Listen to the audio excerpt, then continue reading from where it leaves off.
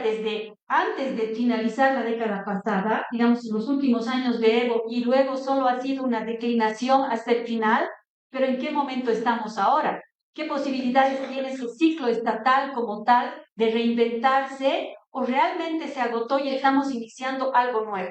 Si vemos el momento actual como una crisis de Estado, que sería el caso, si vemos estos elementos, estaríamos, parece, en un momento todavía como de un interregno. Es decir, el nuevo gobierno muestra, revela el agotamiento de este modelo estatal, pero tampoco está mostrando hacia adelante cuál es el siguiente modelo, qué está ocurriendo con los factores estructurales del país. Y cuando hablo de ciclo estatal, hay que entender un ciclo por dos elementos. Primero, la relación del Estado con la economía. Venimos de un modelo que quiso ser muy estatista, quiso digo porque ha fracasado en muchas cosas, y el otro, o puede ser ahora el tránsito hacia un modelo más bien de tipo liberal, basado en las privatizaciones, etcétera. Entonces, cuando hablamos de modelo estatal, estamos hablando de la relación del Estado con la economía, pero también de la relación del Estado con la sociedad. Y lo que nos dio el MAS fue un modelo altamente, entre comillas, si quieren, participativo. Creo que el plus más grande, lo más positivo que podemos rescatar de esos 20 años ha sido esta inclusión sociocultural, que era una herida histórica y estaba en un proceso de sanamiento, sanación, digamos, con el MAS, pero que en este momento también muestra elementos muy críticos, ¿no? Entonces, estamos en un cambio, otra vez volviendo a la pregunta, de un ciclo estatal a otro, primera pregunta. Segunda pregunta, ¿es una crisis del régimen de gobierno, que es otra cosa? Es decir, esto nos está mostrando las limitaciones de un régimen democrático. Claramente estamos en un momento de muy fuerte desinstitucionalización, de una ausencia de partidos políticos y de respuestas desde lo institucional. Necesitamos un proceso de reformas normativas, pero ¿hasta dónde este puede leerse como un modelo de crisis de la democracia, que está ocurriendo en muchas partes del mundo, además? Entonces, ¿pero qué alternativa hay a la democracia? Como alguien decía, la peor de las democracias es preferible a la mejor de las dictaduras, y yo soy partidaria de esa afirmación. Entonces, esa es la segunda pregunta. La tercera pregunta, tal vez no es una crisis de Estado ni es una crisis de régimen político, tal vez sea una crisis de gobernabilidad. Y creo que aquí empiezan un poco las preguntas reales. Lo del Estado lo tenemos que dejar en pausa hasta ver qué ocurre, digamos, en el mediano plazo con este modelo anunciado 400 veces por el presidente y nunca ha dado un paso serio o no lo ha podido concretar en ese sentido, para que sepamos exactamente dónde nos estamos dirigiendo. No parece haber una conducción política clara hacia un nuevo modelo, aunque lo anuncia y lo anuncia, o qué está ocurriendo. En relación con el régimen político, algo que debo rescatar como respuesta es que, a pesar de toda la crisis de los 50 días de bloqueo, etcétera, creo que hay una apuesta seria de la sociedad por la democracia, y eso es un elemento alentador. Y esta respuesta de la sociedad por la democracia la hemos tenido otras veces en momentos críticos. Durante la recuperación de la democracia entre el 70 y 80, la gente dio su vida por la democracia. En el 2003 aceptó la salida constitucional con Rodríguez Belcé cuando el país parecía desbordarse, e incluso, aunque me digan lo contrario, en la crisis del 2019, cuando salió Evo Morales, también la respuesta fue en los marcos de la institucionalidad. Una respuesta que puede no gustarnos a nosotros porque a no nos gusta, creo que a nadie, pero fue una salida que trató de mantenerse en los marcos institucionales. Entonces, creo que sí hay ya una maduración democrática en el país. Entonces, ¿cuál es el alcance de la crisis? ¿De qué estamos hablando? Hay claramente una crisis de gobernabilidad, o sea, de capacidad del gobierno de asumir autoridad, de lograr conducir políticas públicas, y también hay una fuerte crisis de representación política. El PDC, que es el partido que tiene mayoría parlamentaria, que respalda al gobierno, está mostrando unas fisuras impresionantes. O sea, gente que milita en el PDC, que está en la asamblea, es más opositora que Evo Morales, que va al gobierno, o que Libre. Entonces uno dice, ¿de qué cohesión política estamos hablando? ¿Qué clase de partidos tenemos hoy? Libre está dividido, súmate, bueno, son muy poquitos, entonces no se puede percibir mucho, pero en general no hay una respuesta política de representación para este momento político tampoco. hace un momento con Mary nos preguntábamos, claro, está Rodrigo Paz con muchas dificultades, con muchas debilidades, pero ¿cuál es el plan B? El retorno de Evo Morales. ¿Será que Tuto Quiroga o Samuel Doria Medina recibirían el apoyo social en caso de una crisis que nos lleve, por ejemplo, a un adelantamiento de elecciones dentro de 2 años? ¿Será? Yo tengo mis dudas. ¿Será que surja algún nuevo liderazgo, alguna organización política? No parece. Yo más bien caracterizaría este momento en términos políticos como un momento de disgregación, no solamente a nivel de los partidos y de los liderazgos políticos, de donde surge un Milton Condori, había sido pues suplente de la alianza del partido de Doria Medina. Entonces, ¿cómo? ¿Dónde eso coincide con la realidad? O sea, ¿no? Entonces, bueno, eso es solo un ejemplo. Pero entonces hay un momento de gran disgregación política en términos institucionales, pero también hay una gran disgregación en el campo social. Entonces, eso nos lleva al segundo elemento conceptual para poder entender esta crisis. ¿Qué es lo que nos trae este momento conceptual? Primero, se entremezclan conflictos distintos.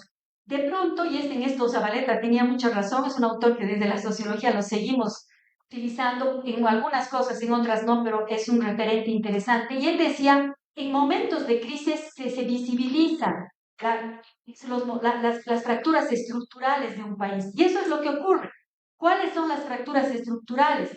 La larga historia de exclusión étnico-cultural en el país, desde la colonización, si ustedes quieren, que se reaviva permanentemente esta sensación de racismo, de discriminación que hay en el país y de esta herida, de este trauma, no sé cómo llamarlo, histórico no resuelto, aparece y claro, es utilizado muchas veces políticamente a conveniencia, como cuando Evo Morales dijo, no, mi delito es ser indio, por eso me quieren sacar.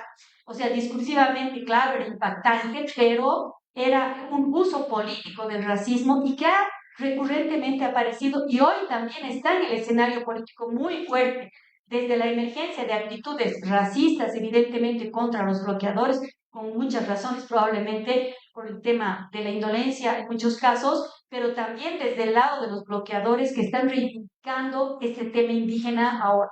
Segunda fractura histórica no resuelta en Bolivia, la fractura socioeconómica, no vamos a hablar de eso, todos sabemos, pobreza, desempleo, desigualdad, que eso es una herida que nos acompaña a lo largo de la historia. La tercera fractura que también ha reemergido es la territorial.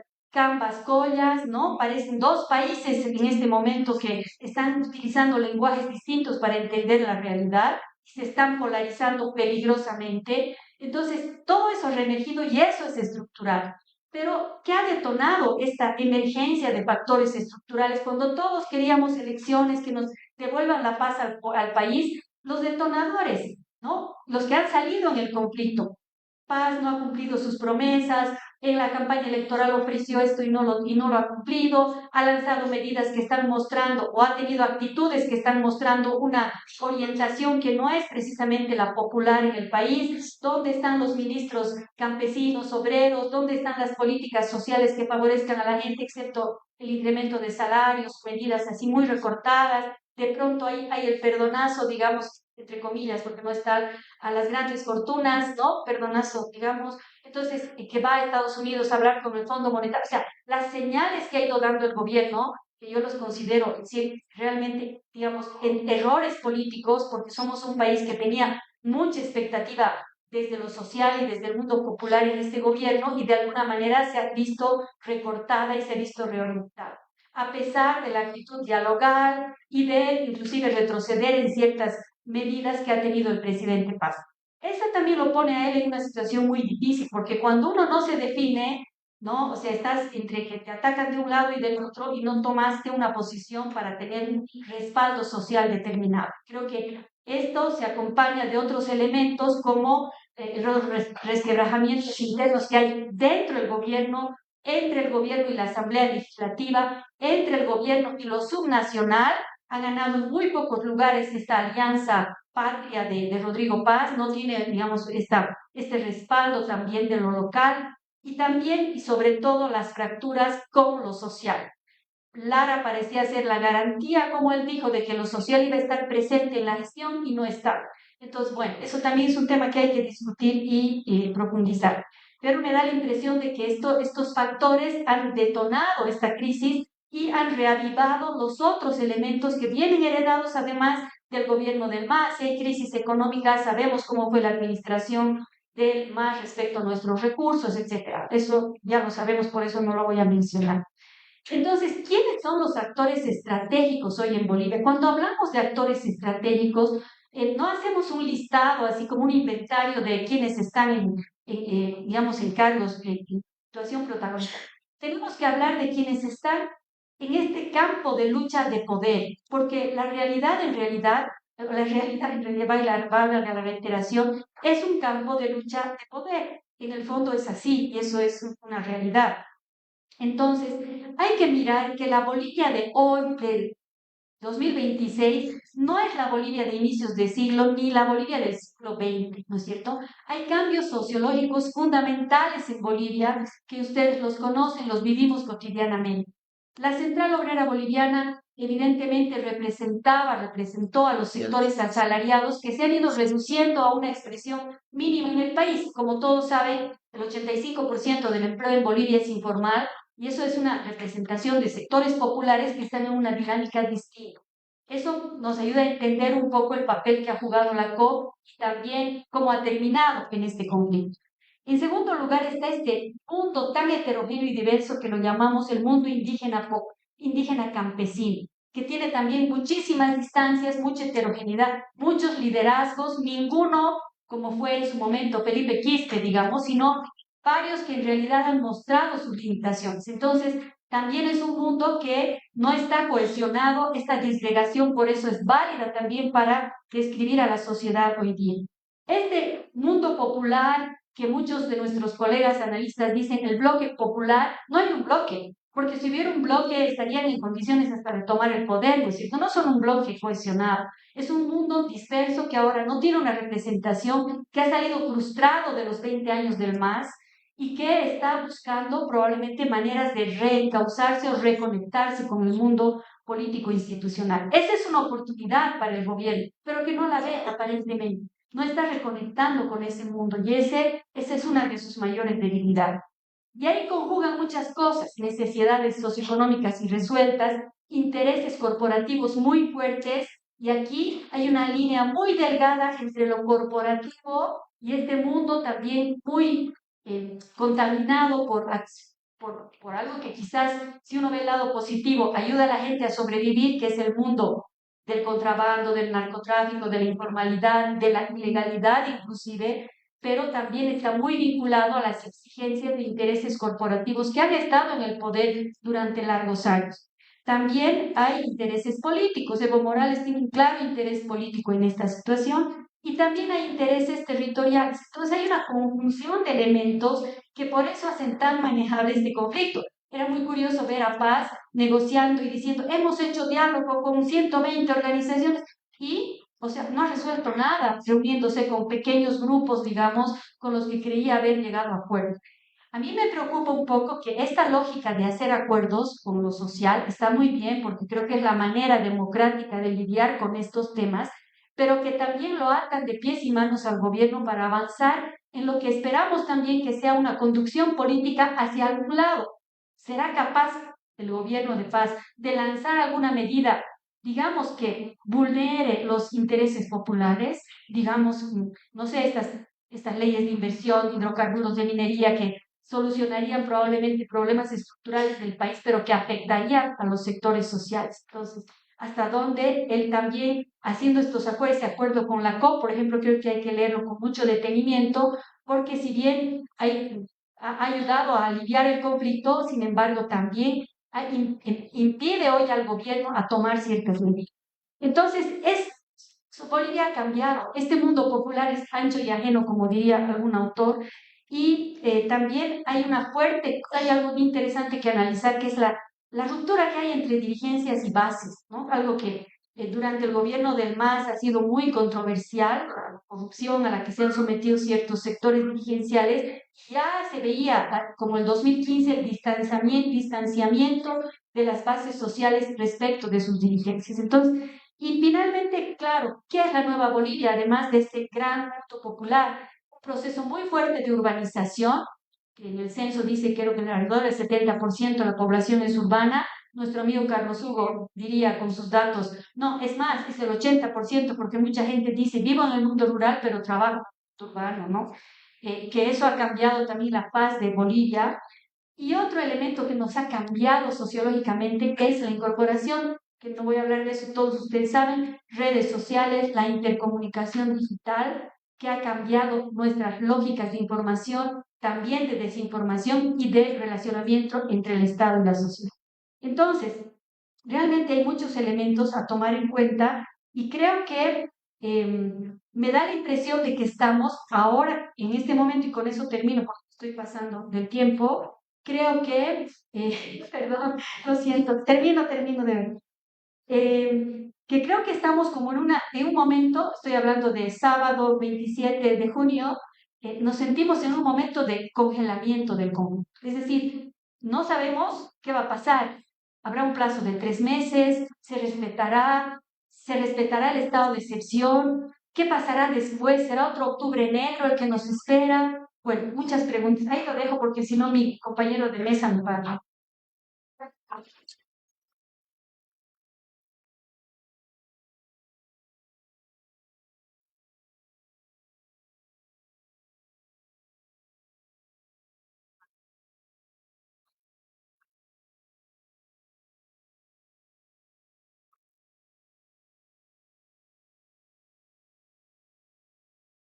Que me han invitado, cuando voy a decir, ahorita pues, hasta el programa de jubilado, pero al mismo tiempo el ser jubilado y viejo hace un poco más cínico, ¿no?